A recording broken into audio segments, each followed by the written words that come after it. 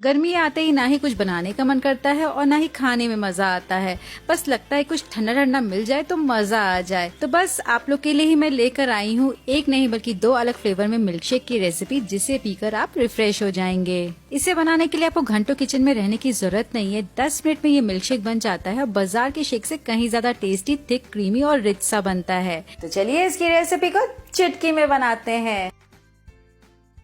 तो चलिए इसे बनाने के लिए लेते हैं पैन और इसमें हम डालते हैं दूध। तो यहाँ पे मैंने लिया है लगभग 1 लीटर दूध, क्योंकि आज हम 2 तरीके से मिल्क शेक बनाएंगे। और दूध को अब हम बिल्कुल अच्छे से बॉईल कर लेते हैं। आप यहाँ पे कच्चे दूध का भी इस्तेमाल कर सकते हैं या फिर पहले से उबला हुआ दूध है आप वो भी ले सकते हैं। तो जब तक हमारा दूध बॉईल हो रहा है तब तक चलिए हम बाकी तैयारियां भी कर लेंगे। तो लेते हैं कस्टर्ड पाउडर, लगभग 2 से 3 टेबलस्पून कस्टर्ड पाउडर लिया है और इसमें हम डालते हैं दूध। तो जब भी आपको किसी भी चीज में कस्टर्ड पाउडर ऐड करना हो तो ये ध्यान रहे कि आपको इस तरीके से दूध में घोल कर ही डालना है। तो यहाँ पे कस्टर्ड पाउडर को दूध के साथ घोलने के बाद अब चलिए हम ड्राई फ्रूट्स को भी चॉप करके रेडी कर लेते हैं। तो यहाँ पे मैंने 7 से 8 पीस बादाम लिए हैं और साथ ही में 7 से 8 पीस काजू भी ले रहे हैं और बिल्कुल बारीक इस तरीके से चॉप कर लेते हैं। ड्राई फ्रूट्स डालने से जो मिल्क शेक है ना काफी रिच सा लगता है पीने में और टेस्ट भी बहुत बढ़िया आता है। जब भी मैं कुछ बनाऊं और ऐसा हो ही नहीं सकता कि बच्चे देखने ना आए किचन में, तो ऐसे ही रीवा को भी काफी क्यूरियोसिटी थी कि आज बन क्या रहा है और मिल्क शेक का नाम सुनते ही तो उसे बड़ा ही मजा आ गया। क्या आपके बच्चे भी ऐसे ही पूछते हैं, उन्हें क्यूरियोसिटी रहती है कि बन क्या रहा है? कमेंट करके जरूर बताइएगा और वीडियो अच्छी लगी तो लाइक और चैनल को जरूर सब्सक्राइब कर दीजिएगा। तो यहाँ पे काजू बादाम को बिल्कुल बारीक चॉप कर लिया है और साथ ही में मेरे पास कुछ पिस्ता कटिंग थी, ये भी ले लेते हैं। अगर आपके पास पिस्ता कटिंग नहीं है, खड़ा पिस्ता है, तो उसे चॉप करके भी ले सकते हैं। और इस तरीके से हमारे ड्राई फ्रूट्स रेडी हो गए हैं और ये देखिए जो दूध है ना बिल्कुल अच्छे से बॉयल हो गया है। बस इसी स्टेज पे हम डालते हैं घुला हुआ कस्टर्ड।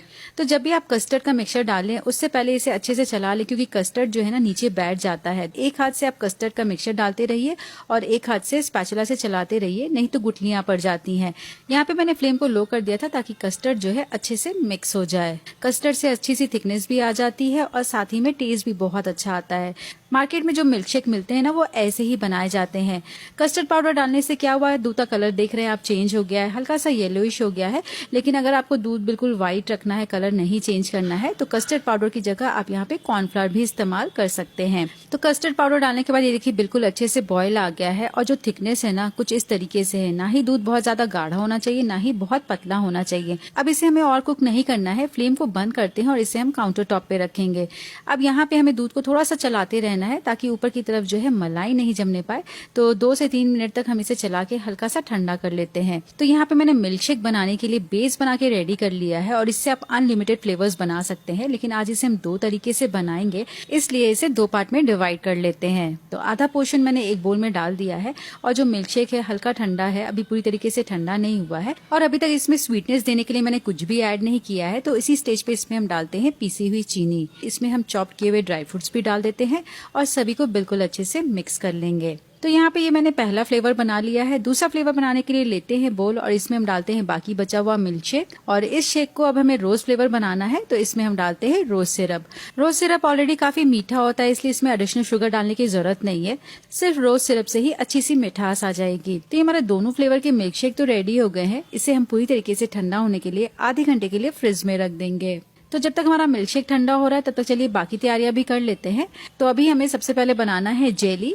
तो जेली बनाने के लिए यहाँ पे मैंने पैन में लिया है 500 ml पानी और पानी को जो है हम बिल्कुल अच्छे से बॉईल कर लेंगे। जैसे ही यहाँ पे पानी बॉईल होगा इसे हमें जेली के ऊपर डालना है। तो यहाँ पे मैंने एक स्क्वायर डिश लिया है और इसमें हम डालते हैं स्ट्रॉबेरी जेली का मिक्सचर। यहाँ पे मैंने स्ट्रॉबेरी जेली का पाउडर लिया है और इसमें हम गर्म पानी डालकर बिल्कुल अच्छे से मिक्स कर लेते हैं। यहाँ पे मुझे जेली को इसी डिश में जमाना था, इसलिए मैंने इसी डिश में ही डायरेक्ट जेली को घोल लिया है। आप कोई भी बर्तन का यूज कर सकते हैं। अब इस जेली को बिल्कुल अच्छे से मिक्स करने के बाद कम से कम आधे घंटे के लिए इसे हम रूम टेम्परेचर पे ऐसे ही छोड़ देते हैं जब तक कि ये अच्छे से सेट ना हो जाए। अगर आप मुझसे पर्सनल कुकिंग एंड बेकिंग सीखना चाहते हैं तो मेरे बहुत सारे कोर्सेज हैं जो कि डिस्काउंटेड प्राइस में हैं। तो इसके लिए आप मेरे ऐप को डाउनलोड कर सकते हैं जिसका लिंक नीचे दिया गया है। तो बस 45 मिनट्स हुआ है और ये देखिए जो जेली है ना बिल्कुल अच्छे से सेट हो गई है। इसे हम कट कर लेते हैं।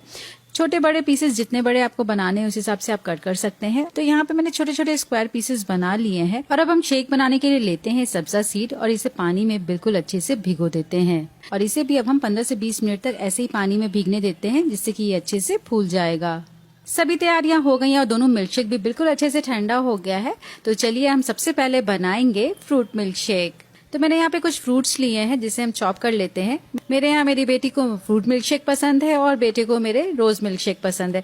तो दोनों की ही पसंद का आज मैं मिल्क शेक बना रही हूँ और पीने में बड़ा ही रिफ्रेशिंग होता है। तो यहाँ पे फ्रूट्स आप जो खाना पसंद करते हैं वो ऐड कर सकते हैं। मैंने यहाँ पे आम, केला, अंगूर और अनार लिया है। और ये देखिए जो सब्जा सीड है ना कितने अच्छे से फूल गया है। तो चलिए अब हम लेते हैं सर्विंग ग्लास और सबसे पहले हम बना रहे हैं फ्रूट मिल्क शेक। तो ग्लास में डालते हैं सभी कटे हुए फ्रूट्स। आप चाहे तो फ्रूट्स को थोड़ा सा मिल्क शेक में ऐड कर सकते हैं, लेकिन मैं डायरेक्टली ग्लास में सारे फ्रूट्स ऐड कर रही हूँ। और साथ ही में इसमें हम डालते हैं सब्जा सीड और सब्जा सीड को डालने के बाद ऊपर से हम डालते हैं कस्टर्ड मिल्क शेक। आप चाहें तो इसे और भी ठंडा करने के लिए इसमें आइस क्यूब्स भी डाल सकते हैं। और इस तरीके से पूरे मिल्क शेक को ऊपर तक भरने के बाद हल्का सा मिक्स कर लिया है और ऊपर से हम डालते हैं थोड़े से चॉप ड्राई फ्रूट्स, साथ ही में थोड़े से जेली डाल के इसे गार्निश कर दिया है। तो ये बन गया हमारा बहुत ही टेस्टी फ्रूट मिल्क शेक जो कि काफी रिफ्रेशिंग है। अब चलिए रोज मिल्क शेक कैसे बना ये भी देखते हैं। तो यहाँ पे मैंने लिया है सर्विंग ग्लास और बेस में हम डालते हैं जेली, साथ में यहाँ पे मैंने कुछ बॉइल्ड वर्मीसेली भी लिया है, ये भी डाल देते हैं। वर्मीसेली डालना बिल्कुल ऑप्शनल है, लेकिन इससे जो ड्रिंक है ना काफी अच्छी लगती है। और फिर ऊपर से हम डालते हैं थोड़े से सब्जा सीड, फिर से थोड़ी सी जेली डाल देते हैं। जेली आप जितना खाना पसंद करते हैं उस हिसाब से ऐड कर सकते हैं। और लास्ट में इसमें हम डालते हैं रोज मिल्क शेक। मिल्क शेक डाल के एक बार बिल्कुल अच्छे से स्टर कर लेते हैं और देखने में कितनी रिफ्रेशिंग लग रही है ना ये वाली ड्रिंक भी। गार्निशिंग में मैं यूज कर रही हूँ थोड़े से वनीला आइसक्रीम, जिससे कि ये और भी टेस्टी लगेगा। और ऊपर से थोड़ी सी जेली और पिस्ता से इसे डेकोरेट कर देते हैं। तो घर में आपको कुछ भी रिफ्रेशिंग बनाना हो जो इजी भी हो, टेस्टी भी हो और सभी मन से पिए भी, तो ये वाले मिल्क शेक आप जरूर बनाइए। तो अगर आपको ये रेसिपी अच्छी लगी तो वीडियो को लाइक कीजिए, कमेंट में अच्छी बनी है जरूर लिखिए और ऐसी इजी और इंटरेस्टिंग रेसिपीज देखने के लिए मेरे पेज को जरूर फॉलो कीजिए। अच्छी बनी है।